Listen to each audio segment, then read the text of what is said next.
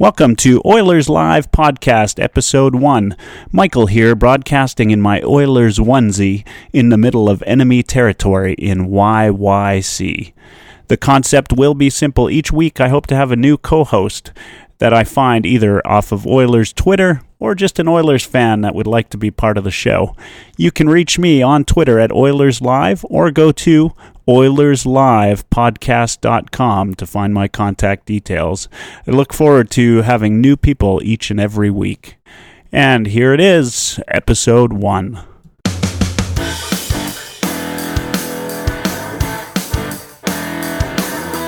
Oilers Live Podcast.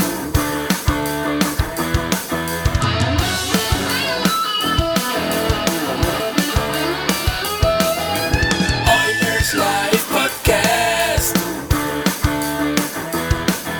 And welcome to the Oilers Live Podcast, Episode 1 on Boxing Day 2017. I've got my good buddy Kevin with me today, who has agreed to be my co-host for the very first episode of Oilers Live. How you doing, Kevin? Hey, I'm doing good. Good. Thanks for joining me today as my both my first interview with an Oilers fan and just to be my inaugural co-host for Oilers Live. Hey, I can talk about the Oilers all day, every day. So can I. And we're both big Oilers fans based in Calgary. And there's quite a few of us actually out here. So tell me something about yourself. First off, where did you grow up? How'd you become an Oilers fan? So I grew up in the Northwest Territories, and I think it's just that age that we are at. The Oilers were coming up. That was in our very formative years. They were definitely the number one team to be beaten or beat, and I just loved them ever since. You know, the heyday through the tough times. I've always been an Oilers fan. Through the decade of darkness, as I like to call it. Is that what they're calling it? A decade of darkness? Those were some dark years, especially being here in Calgary during that time. What, while we're on the topic, what's your first or most cherished Oilers memory? That's a real tough one. I think as a youngster, I went to high school in Edmonton back in the late 80s. And one of my friends from school, he was working at the Coliseum at the time. I believe it was Boston that they were playing against. And when they clinched the Stanley Cup, he was I think he was the first person to jump on the ice. And I believe he got fired because of that. But, just memories like that, totally took it for granted at the time, that Edmonton was just going to keep going on, keep winning, always be number one. And I kind of miss that. So back to that story, though, because you told it to me before, and I'm wondering, how does a guy get fired for just having fun? But it occurs to me he was working at the time. Oh, yeah, he was working. He was supposed to be, working at the time, and he jumped the boards and landed on the ice and partook in the festivities post win. All right. Okay. Now it makes sense, but I'm sure it was well worth it. Oh, for sure. For sure. You remember those, all of those Stanley Cups back then? It was great, right? Like people would just rush onto the field, kind of like they did with the Grey Cup, right? Yeah. In Edmonton as well. People just rushed onto the field and everybody was, clamoring to get just a touch of the Stanley Cup. And you know what? I watched it on TV. I had a chance during that Boston series to be there for an Oilers win, nice, but I missed it.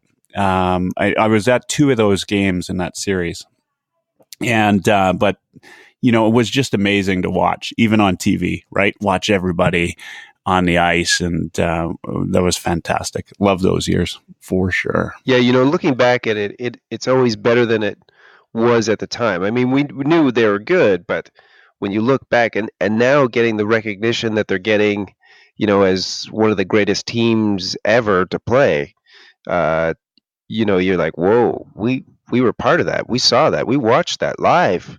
We went to those games, and it's just great to be able to say, hey, we were a part of that. This is actually a great platform to talk about this, because one of the things that is different between that then and now would be accessibility. I remember my dad coming home like any given day, and he would, he was sitting next to Gretzky at the David's pub in Edmonton, right? And he'd get, he'd bring back a matchbox, which, had Wayne Gretzky's signature. I mean, that was a regular occurrence. Or being at, my dad was a big horse racing fan, being at the track, Northland's track, and the Stanley Cup would be up in the glass because one of the Oilers were there watching the races. I don't think, and it's been a long time since we've had a Canadian team win. True. But I don't think the players are that accessible anymore. No, I mean, when's the last time you saw an NHLer that wasn't scheduled? I would agree. Yeah, no, I would agree. I had the privilege of meeting some of the Flames guys during a local campaign for counselor, but other than that, no, you don't really see these folks. Yeah, it's just, it's not the same. Of course, they make 10 times the money now, I think. Yeah, there's a bit of a divide. Security is a lot tighter too. Even I volunteer at some of these games, for kids fundraising and stuff like that. Security's pretty tight. You don't interact with them. They're focused. Yeah. I mean, the game is different now too, right? Like these guys aren't out drinking and smoking on the bench and that kind of thing. These, they're finely tuned athletes that are incredibly focused. Focused is so important nowadays. They're specialists. Before, I would say back in, the 70s and probably even the 80s as well, they were just really good athletes and they happened to play hockey. What do you think of the current turnaround? What have you noticed most of all? I've noticed them being a lot more crisp. Of course, there's the obvious. There's a lot more health in the locker room now. There's been some injuries. We've got some great players back from injury. Even just the little things, the sicknesses that they've had in the locker room. Draisaitl had the eye injury. So we're seeing a lot more cohesive time with the core group of Oilers. So it was interesting because I'm not sure that we had, I haven't looked at the stats, but in terms of man games lost, I don't think the Oilers had a lot of man games lost comparatively to other teams. If you take Sekera out of the equation. Yeah, I think we're sitting around 75 or so. Yeah, okay. And I'm not sure what the other teams are like. I mean, every team has injuries, of course. But what I do think is important to note is, we had, of course, the big thing around Connor McDavid. I mean, how sick was he, and for how long did he play with the flu? Probably, I'm guessing, a couple weeks. Yeah, you just looked at him in interviews, and you could see that he wasn't himself. I think a lot of the players were, they weren't themselves. We weren't seeing the Oilers at their. I mean, yeah, it sounds like an excuse, and there's other teams that go through this, but we're talking about the Oilers right now, and we haven't seen the Oilers until this last run of games that we've seen, which they've been fantastic. We haven't seen the Oilers at 100%. All cylinders were not firing. We're starting to see that. People are getting excited. Everybody's a little bit nervous. Is this going to continue? But I think they could hit the stride, get on pace for making the playoffs with ease. Well, not with ease, but they'll be able to make it, I'm sure. Yeah, absolutely. I'm kind of holding my breath and waiting because it's going to be a tough sled. You and I have talked about this. I figure they need to go about a 670 win percentage in order to get 96 points for the year and squeak their way into the playoffs. That's a pretty good tear. That's going 6-10 or 6-4 or 7-3 every 10 games. That's not easy. That's what they've done in the last 10. So they've definitely got their work cut out for them. But nice thing is they've got a lot of Western Conference games left. They've got a number of in-conference games that are that's still to go. They've got within their division, they've got 23 games yet to play. So that's 46 points, or 23 4-point games if you want to call it that. Yeah, so, yeah. I think those are all I think going they to be can big do games. Those are all going to be big games. Yeah, huge games. We've been saying this for a long time. The next game is the biggest game of the year. It's going to just continue to be like that. The next game is going to be the biggest game. I think every time we've spoken prior to an Oilers game. Oh, it's a big game. So, you know what? One of the things I wanted to ask you, because you and I have talked about it at length, if we were missing a player from last year, who do you think we missed the most and why? I think the go-to answer, if you ask most people, they would say Eberle. But my big guy would be Matt Hendricks. I think that he's a character player. I think he's that type of player that goes into the dressing room and just brings a lot of cohesion into the game. He's a meat and potatoes, hardworking guy. You look at he's in Winnipeg now, isn't he? Yep. And look at what Winnipeg is doing. I was just thinking about that the other day. It's like you don't hear his name. He's not a superstar, but I think he's one of those people that he just brings everybody together. And I think we missed that a little bit.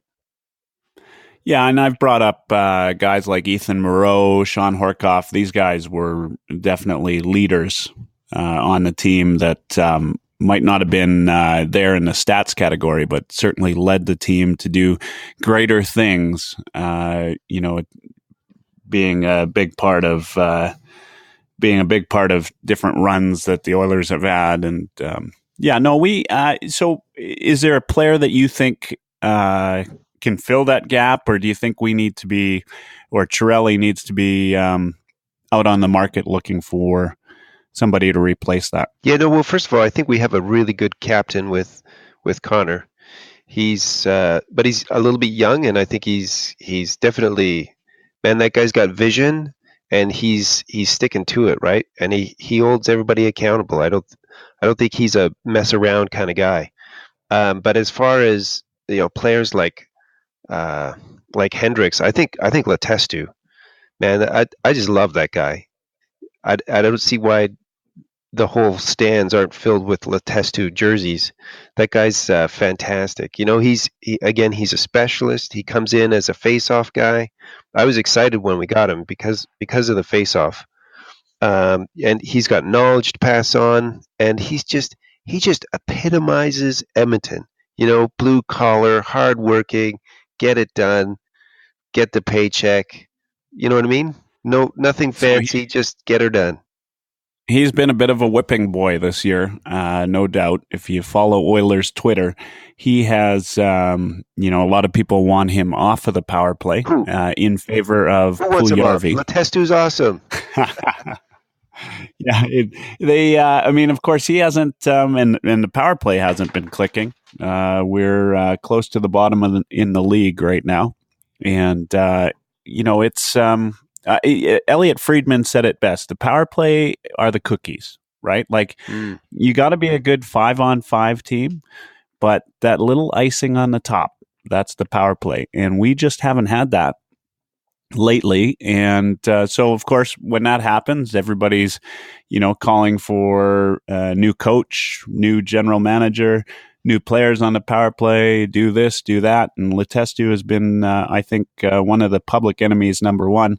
My personal feeling on it, and this is, watching last year's games, this year's games, Connor McDavid on the sideboards is not shooting as much. And last year, he used to go from the sideboards, he'd drive to the net, and it wasn't actually just always about shooting, but he was always moving towards the net and pushing the defense back. And that would open up, either a pass over to Letestu for the one-timer or down low to Draisaitl, who would put it back to Letestu. And I think actually where Letestu is having the problem this year is that's not happening this year. And so he's not getting the puck in that prime spot this year and not scoring on the power play. Now he's got 8 goals in the year and 2 shorties in a fourth line center role. Yeah. I think I agree with you. I think he's a great part of the team and a hard worker and a good character player. As time goes on, power plays evolve. Other teams pick up on what's going on. They make corrections to what they're doing to counteract. It's an ongoing battle between one power play and the one penalty kill. And I think that our power play hasn't evolved yet into what it's going to be. And yes, definitely, we're not seeing that pressure from McDavid being put onto that box, those 4 defenders.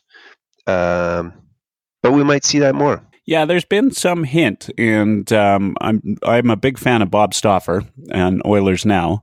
I like listening to him. Of course, he's paid by the team and he's got all the access that anybody could ever want. But he's sort of suggested in recent episodes that the power play is due for a change. Not due for a change, but that we will see a change. And so I don't, of course, I don't get out to the Oilers practices, but Bob certainly does. And I suspect maybe he's seen something in practice that would lead to that. Yeah. Yes. What do you think about putting, I know you're a big Letestu fan, but what do you think about putting Puljujarvi on there? I don't think that's a bad thing. I don't think that's a bad thing. We need to get him doing exactly what Letestu is doing. That's sort of the beauty of Letestu. He's a teacher just as much as he's a player on the ice. And I think Puljujarvi definitely has. I mean, that's why we got him, right? Was for his big shot. Let's get him out there. Let's get him developed, man. If we could get him doing things like what Brett Hall used to do back in the day, unbeatable. Oh, yeah, and at the beginning of the year, of course, patience was wearing thin with Oiler fans on whether he would turn into the player we wanted him to be. I think we're starting to see that development now. We're starting to see that shot. When we first noticed it, I went back and was listening to some old podcasts, The Cult of Hockey, Oilers Now, and back about that November, just after the St. Louis game where we lost 8-3. And then the very next game we played Boston. And that's when we finally, or when McClellan finally had Draisaitl, McDavid, RNH, and Letestu. And that was when we also saw the emergence of Puljujarvi, and he in the Boston game let go of one hell of a one-timer to score in that game, and I think that's kind of when the changes happened. It would be nice now if we can get that and move that to the power play. Absolutely. I think everybody wants to see that. That's what we've all been dreaming of when he got selected. Yeah, absolutely. And, you and I, again, we've talked about this in the past. We had to wait for Draisaitl to mature as a player, and he did. And he's become, in my mind, he's an underrated superstar, Draisaitl. And he has really matured. His passing ability is outstanding. How he sees players, I don't get it. I mean, I play a ton of hockey, and I can't figure it out. The guy's got eyes in the back of his head, but I think we're going to see the same with Puljujarvi. I've been a huge fan of Draisaitl right out of the gate, and I was happy to. It's always tough to see these players get sent down. I was happy when they did it. Let's not put too much pressure on them. Let's let them season. Let's let them build some fire in their belly. And man, when he came back, he was guns ablazing. He was on a tear. And I think we're kind of seeing that with Puljujarvi as well. Sometimes we in the past, well, I say we, the Oilers in the past, I felt that we really rushed our draft picks into the big leagues, and we didn't give them time to season. We're seeing Darnell Nurse; he's doing awesome. He was given plenty of time to get into the game, and he's doing well. You look at Clefbaum, same thing. We gave him time. He's doing well. That's paying off. We got to do that more. A couple things I'd like to chat about. Who do you think, or have you put any thought into who we might or what we might add to make this team better down the stretch? Ooh, that's a tough one. I don't think you need to make any tweaks to the current starting lineup. Definitely for depth, I wasn't super excited about our backup goalie. I think that is one area that we seemed a little bit weak on. Now, that might just be pressure, that we didn't get a stellar performance. Yeah, I think that's one area that we need a little bit more depth. I think if you look down at the players that we have ready to go, if there's injury or anything like that, I think we've got some really good depth, and that was one area that we were lacking in previous years. So I'm excited. I think we're ready to go. You talked to we had spoken about McDavid and the big blocking the shot, and oh my goodness, we all had the gasp of like, oh no, what's going to happen? Thankfully, he had no broken bones. We haven't seen him play yet, but he's expected to play on Wednesday. But what would happen if something like we had a big player go down? What's going to happen? I think we'd do okay. I think we could weather the storm through injuries. I mean, of course, any team would miss a player like McDavid in their lineup if he was obviously taken out. And we're seeing that. We've played a lot of teams that have top guys missing right now. I think we have that depth that we didn't have before, and it makes me feel really comfortable as a fan to know that what happened last year when we lost Sekera in the playoffs, we kind of seemed to crumble a little bit. And yeah, no, that definitely hurt. I think, yeah, you're right. Like in terms of depth, with Sekera back and then with Clefbaum, I think when he gets back, we're going to have a good 7 solid D. The question will be who we go forward with as a regular. Will it be Davidson or Benning? I mean, we've got Nurse and Russell are a shoe-in, as will be Clefbaum and Sekera. And then, who's the bottom pair, right? Yeah.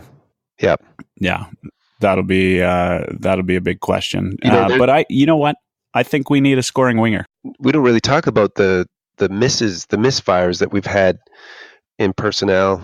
Trying to find that winger. The other thing though is Puljujarvi. Puljujarvi's not 100% there yet. Not the player we want to see just yet. But he could develop into that as the year progresses. He's only going to get better. So it could be that answers that question.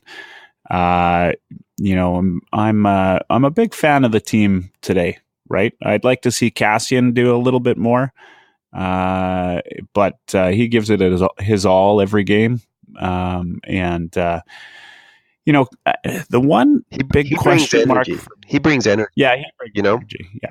He might not get a goal every night, but man, that guy brings it, and the other players feed off that for sure.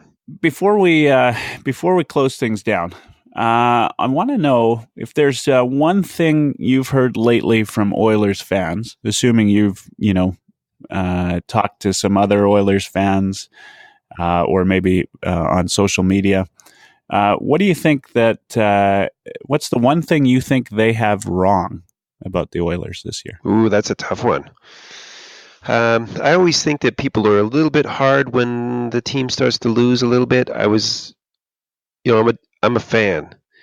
That means through hard times and good times. And you just want to see people pull through. You don't want to jump on a bandwagon and put too much pressure on a team that needs support. Yeah, other than that, I haven't really been paying a whole lot of attention. I like to formulate my own opinions. And I usually go to some of the mainstays like you, like Bob Stauffer, and you have to have tons of respect for their knowledge of the game and their intimate knowledge of the team. Other fans, I mean, there's trolls all over the internet. You can't listen to all those guys. Yeah, well, I'm one of them. Yeah, so and I'm proudly one of them, a big Oilers fan. But right from the start this year, I have not at any point been saying, let's fire the GM, let's fire the coach. Everybody knows we've done enough of that in recent years. Let's have a little bit of consistency, stick with the plan for a couple of years. Might have some peaks and valleys. We went through a valley. It looks like maybe we're on the rise right now, 17-17-2, going into the break here. Back on tomorrow against Winnipeg. I'm excited about the game. Obviously, as we've said, biggest game of the year. So let's close this out. Your prediction is that the Oilers make the playoffs this year. How many points do you think they where, and how many points do you think they finish with? And who do you think is the loser in this situation in terms of teams? Who is not going to make it out of the Pacific Division? Well, I'll tell you who I don't want to see make the playoffs. I'd like to see some of the Southern California teams not make it in. I'd love to see the Flames make it in, just for old time's sake.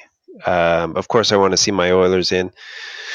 Vancouver is definitely not going to make it in. I don't think they have they're in a rebuild. They're not going to be contending for a playoff spot. Not yet. Yeah, no, I say if Edmonton goes without major injuries, any of our big players being pulled out, I think we're definitely on pace for making the playoffs. Point-wise, what are we going to get? I don't know. We're not going to have what we had last year, obviously, because we put ourselves in a bit of a hole, starting with the way we did this year. But I definitely see us.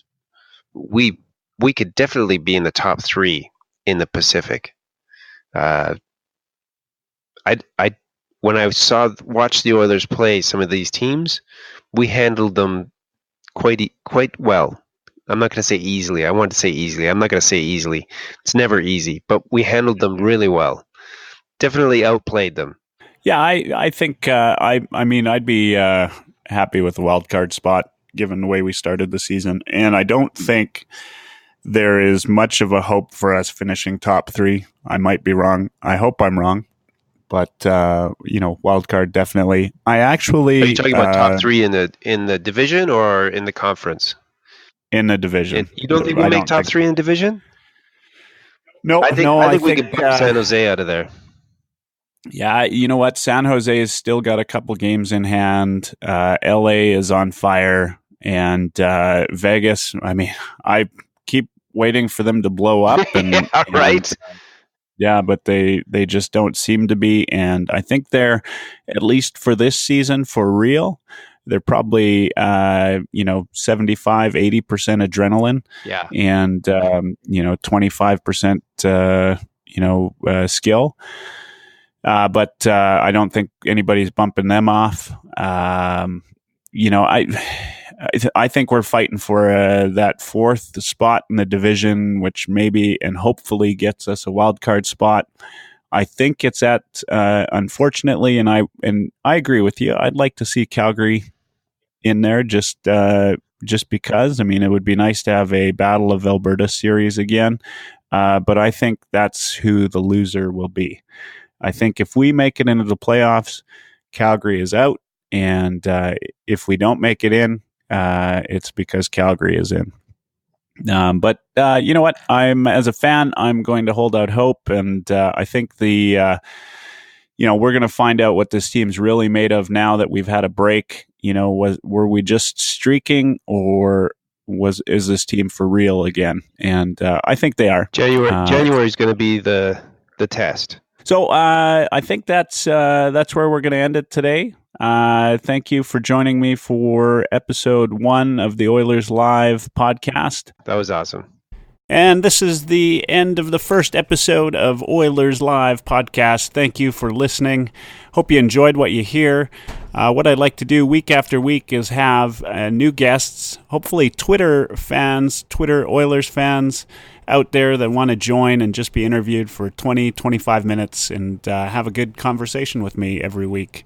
Somebody new every week would be a lot of fun. So send me a line at Oilers Live or from the website, OilersLivePodcast.com. I'd love to hear from you, and would love to keep this conversation going week after week. Looking forward to the next one. Out for now.